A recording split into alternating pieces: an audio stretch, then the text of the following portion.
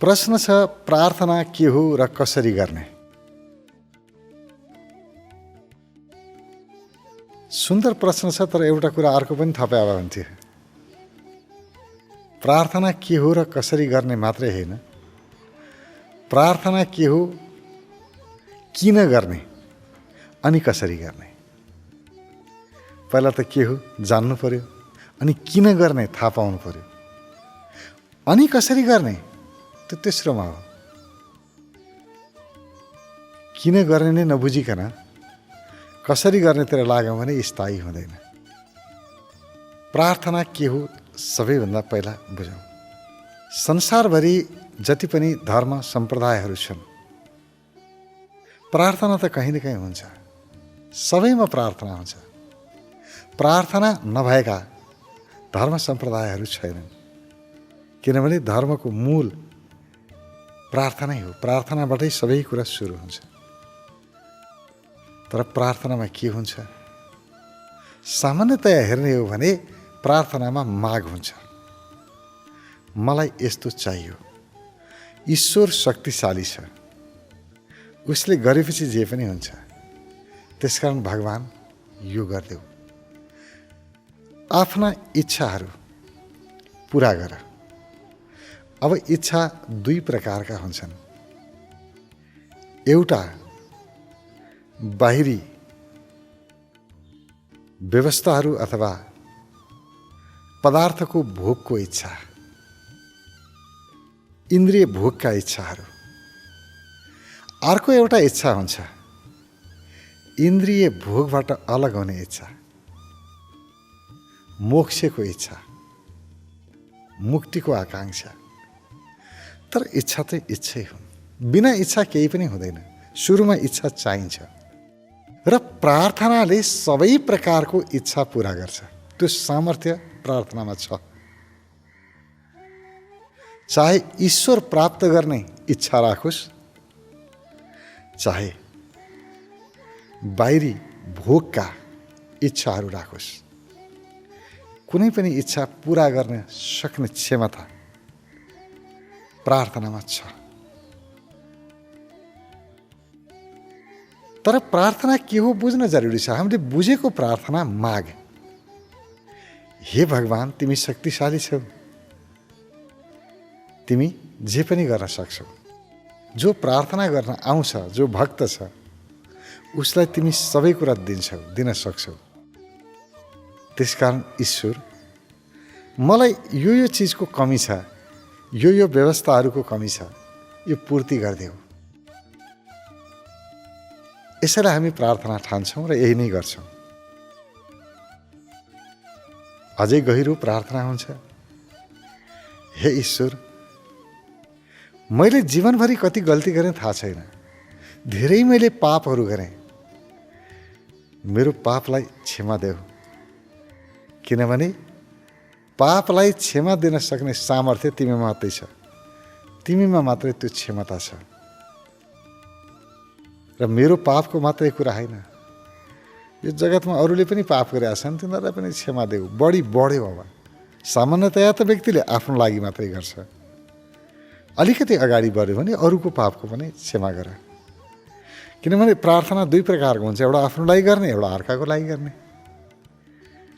अरूको लागि गर्नु पर्यो भने नि उसले गरेका गल्तीलाई क्षमा गरिदेऊ, पापहरूलाई क्षमा गरिदेऊ र त्यसलाई सुख देऊ।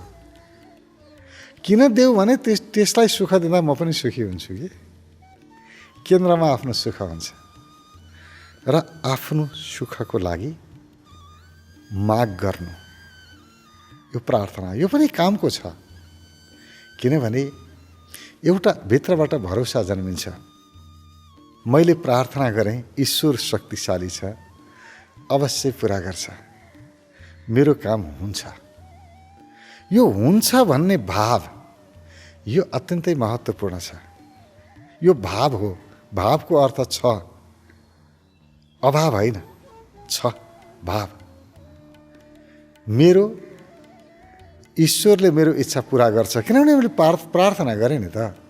प्रार्थना गरेपछि त पुरा गर्नु परेन? अवश्य पनि मेरो इच्छाहरू मेरा भगवानले पुरा गर्छन्। यो विश्वास नै शक्ति बन्दछ र यही शक्तिले कतिपय इच्छाहरू पुरा हुन्छन्, नहुने होइन। तर यो असली प्रार्थना होइन। यो प्रार्थनामा कामना मिसिएको छ, वासना मिसिएको छ, आफ्ना इच्छाहरू छन्, आफ्ना आकाङ्क्षाहरू छन्, आफ्ना अतृप्तिहरू छन्। अतृप्ति असन्तुष्टिहरूलाई पुरा गर्नको लागि व्यक्तिले विभिन्न प्रकारका प्रार्थना गरेको हुन्छ र ती व्यक्तिहरू अत्यन्तै शुभ छन् सबैको लागि, जसले अरूको लागि प्रार्थना गर्छन्। यहाँ पनि दुईटा हुन्छ, एउटा आफ्नो लागि गर्ने, हे भगवान् मेरो लागि गरिदेऊ। अर्को हुन्छ, हे भगवान् मलाई मात्र होइन सारा जगत दुखी छ, उनीहरूको लागि पनि केही गर। यो अरूको लागि पनि प्रार्थना गर्ने व्यक्ति यो उच्च चेतना भनिन्छ, माथिल्लो तहको। तर पनि त्यो प्रार्थना असली प्रार्थना होइन। असली प्रार्थना पाएको प्रति थ्याङ्क यू भन्नु, धन्यवाद भन्नु। धन्यवाद नै प्रार्थना हो। हे ईश्वर मलाई देऊ, मैले मागेको पनि थिइनँ तर पनि देऊ। यो जीवन मैले मागेको थिएँ, मलाई त याद छैन कि कहीँ गएर मलाई मान्छे बनाइदेऊ भनेर कहीँ भनेको हुँ, कहीँ प्रार्थना गरेको हुँ, त्यस्तो याद छैन। मलाई यस्तै बाबुआमा चाहियो भने पनि होइन, यही देश यही परिवेश चाहिन्छ भनेको पनि होइन। कसरी जुटाइदेऊ, यो जीवन कसरी पाएँ मलाई थाहा छैन। हे ईश्वर यो जीवन देऊ, तिमीप्रति म कृतज्ञ छु, धन्यवाद। जीवन त देऊ भगवान्, यो शरीरमा शक्ति देऊ अनि बुद्धि पनि देऊ मलाई। त्यही बुद्धिले मैले गरी खाएको छु। मलाई बुद्धि देऊ, मलाई विचार गर्ने क्षमता देऊ, मलाई माया गर्ने प्रेम गर्ने क्षमता देऊ, श्रद्धा गर्ने क्षमता देऊ, भक्ति गर्ने क्षमता देऊ, सहयोग गर्ने क्षमता देऊ। हे भगवान् तिमीप्रति म अनुग्रहित छु। कति सम्पदा दिएको होला, तिमीसँग मेरो माग केही पनि छैन। किन छैन भने यति महत्त्वपूर्ण कुरा दिएका छौ, अरू के माग्नु। अब त मलाई जे आवश्यक छ, भौतिक आवश्यकता पुरा गर्नको लागि त तिमीले बुद्धि देऊ नि। यो बुद्धि नदिएको भए के हुन्थ्यो होला, यो विचारको क्षमता नदिए भए के हुन्थ्यो होला, यो ज्ञानको क्षमता नदिए भए के हुन्थ्यो होला। यत्रो क्षमता देऊ, त्यसलाई प्रयोग गरेर भौतिक सुविधा त जुटाइहाल्छु नि, आफ्ना इच्छा आकाङ्क्षा त म पुरा गरिहाल्छु नि। भगवान् मूल कुरा देऊ, तिमीले जीवन देऊ र जीवनमा सम्पूर्ण सम्पदाहरू देऊ। बिना मागेर देऊ, मागेको पनि थिइनँ, उपहार देऊ परमात्मा, तिमीप्रति कृतज्ञ छु। यो असली प्रार्थना हो। जसले धन्यवाद भन्न जान्यो त्यसले त सबै पायो। भन्न जाने पुग्छ, प्रार्थना गर्न जाने पुग्छ। कति पाएका छौँ हेरौँ न। हामीलाई सास फेर्न हावा चाहिन्छ, अक्सिजन चाहिन्छ, जहाँ गए पनि उपलब्ध छ। म यहाँ बसौँ या अर्को कुनै ठाउँमा जाउँ, जुनसुकै ठाउँमा गए पनि मलाई सास फेर्नुपर्छ, श्वासको व्यवस्था छ, हावाको व्यवस्था छ। कस्तो व्यवस्था होला उसको, कहीँ कमी छँदै छैन। मलाई तातो चाहिन्छ, सूर्यको प्रकाश जहाँ पनि पुग्छ, म जहाँ हुन्छु त्यहीँ सूर्य पाउँछु। मलाई खानेकुरा चाहिन्छ, बोकेर लैजानु पर्दैन घरबाट, जहाँ जान्छु त्यहीँको जमिनमा उब्जनी हुन्छ, त्यहीँ खानेकुरा पाउँछु। मलाई जहाँ पानी नभए बाँच्न सक्दिनँ, जहाँ पानी चाहिन्छ वहीँ पानी उपलब्ध छ। कस्तो अचम्मको व्यवस्था होला। मेरो लागि मात्रै होइन, सबैको लागि छ र बराबर दिएको छ। योभन्दा ठुलो दाता अरू केही छैन। हामीलाई जे पनि चाहिन्छ सारा व्यवस्था गरेको छ उसले। तर हामी कस्ता अचम्मका भयौँ, हामीले फर्केर कहिल्यै पनि थ्याङ्क यू भन्न पनि जानेनौँ।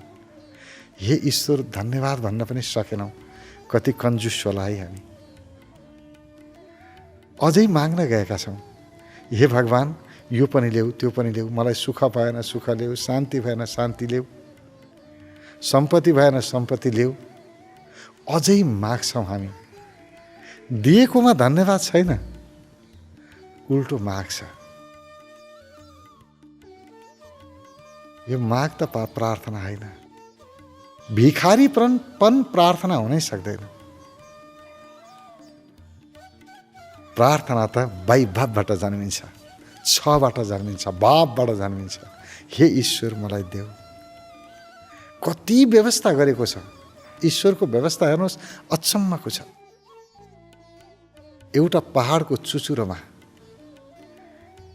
एउटा बिरुवा उम्रियो, एउटा रुख उम्रियो। त्यहाँ कसले पानी पुर्याइदिने होला? तर पनि उसको व्यवस्था हेर्नुहोस् त, त्यो पहाडको चुचुरोमा भएको बिरुवाले पनि आवश्यकताभन्दा बढी पानी पाएको छ। पानी नपाएर कुनै रुख मरेकै छैन, अझ हुष्टपुष्ट छ। जङ्गलमा भएका जीवजन्तुलाई हेर्नुहोस्, खाना नपाएर कुनै जीव मरेको छैन। सबको व्यवस्था छ। जहाँ जाऊ त्यही व्यवस्था छ। बच्चा जन्मिन्छ, जन्मिनुभन्दा अगाडि नै आमाको छाती भरिन्छ, दुध बन्दछ। जन्मेपछि दुध बन्ने होइन, पहिल्यै बनिरहेको छ। ईश्वरले पहिला भोजन पठायो अनि मात्रै भोक पठायो। सारा सब व्यवस्था छ यहाँ, सबैको लागि छ। तर हामी आँखा चिम्लेका छौँ, हामी आँखा थुनेर बसेका छौँ।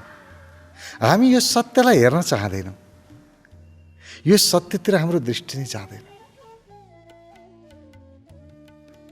हामीलाई त अझै ईश्वरसँग गुनासो छ। त्यत्रो सब पाएको छ, थ्याङ्क यू भन्नु पर्दैन? अचम्म छ।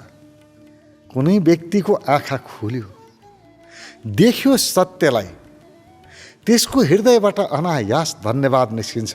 त्यही हो प्रार्थना। भित्रबाट भाव विफल हुन्छ। हे ईश्वर, के चमत्कार यो तिम्रो! के गरेको होला? मलाई जे चाहिन्छ सारा व्यवस्था मैले नबोलिकन गरिदेऊ। तिम्रो गुण कसरी तिर्ने? तिरौँ भने मसँग केही छैन। जे पनि छ तिमीले दिएको छ, मेरो आफ्नो केही छैन। तिमीलाई केही चढाउँ भने पनि के चढाउँ? मेरो के छ र चढाउँ? सारा सब तिम्रो मात्रै छ। यहाँबाट जुन कृतज्ञता हृदयबाट प्रस्फुटन हुन्छ, त्यही हो प्रार्थना। र जसले यो प्रार्थनाको कला जान्यो, उसले सर्वस्व पायो। उसको जीवनमा कहिले अभाव हुँदैन। अभाव भौतिक वस्तुको अभाव होइन। अभाव भौतिक वस्तुमा रहन्न, हुँदैन। अभाव त मनमा रहन्छ। सबै आफ्नो मानसिक रूपमा अभावग्रस्त छन्। भौतिक रूपमा त कसैलाई पनि अभाव छैन। यहाँ सबैको आवश्यकता पूर्ति भएको छ, सबैको व्यवस्था छ। ईश्वरले कसैलाई भोकै पर्न दिएको छैन। यो त हाम्रो काम हो। अभावको सर्जक त हामी हौँ। हामीले, हाम्रो मनले अभावको सिर्जना गराइदिन्छ। आफू पनि दुखी, अरूलाई पनि दुखी। यस्तो काम त हामी मात्रै गर्छौँ। ईश्वरको जगतमा यस्तो छैन। त्यो पूर्णताको भाव जोसँग छ, जो भावमा गयो, पूर्णतामा गयो, जसले पाएको अनुभूति गर्यो, त्यसले नै धन्यवाद दिन्छ। र जसले पाएको अनुभव गर्यो, त्यो व्यक्ति केमा अभाव होला? उसको चाहना के पुरा नहोला? उसका कुन चाहिँ इच्छा बाँकी रहलान्? हरेक इच्छा पुरा हुन्छ। चाहे बाहिरी सम्पदाको इच्छा होस्, चाहे भित्री सम्पदाको इच्छा होस्। जसले प्रार्थना जान्यो, जसले ईश्वरको लीला चिन्यो, ईश्वरको देनलाई जान्यो, प्रकृतिलाई चिन्यो, जसले उसको कर्मलाई जसले जान्यो र जसको हृदयबाट अनायास धन्यवाद आयो, त्यो व्यक्तिले त सर्वस्व पायो, सबै पायो। यो असली प्रार्थना। माग्नु प्रार्थना होइन, यो पुगेन त्यो देऊ भन्नु प्रार्थना होइन, उसले दिएको प्रति धन्यवाद दिनु चाहिँ प्रार्थना हो।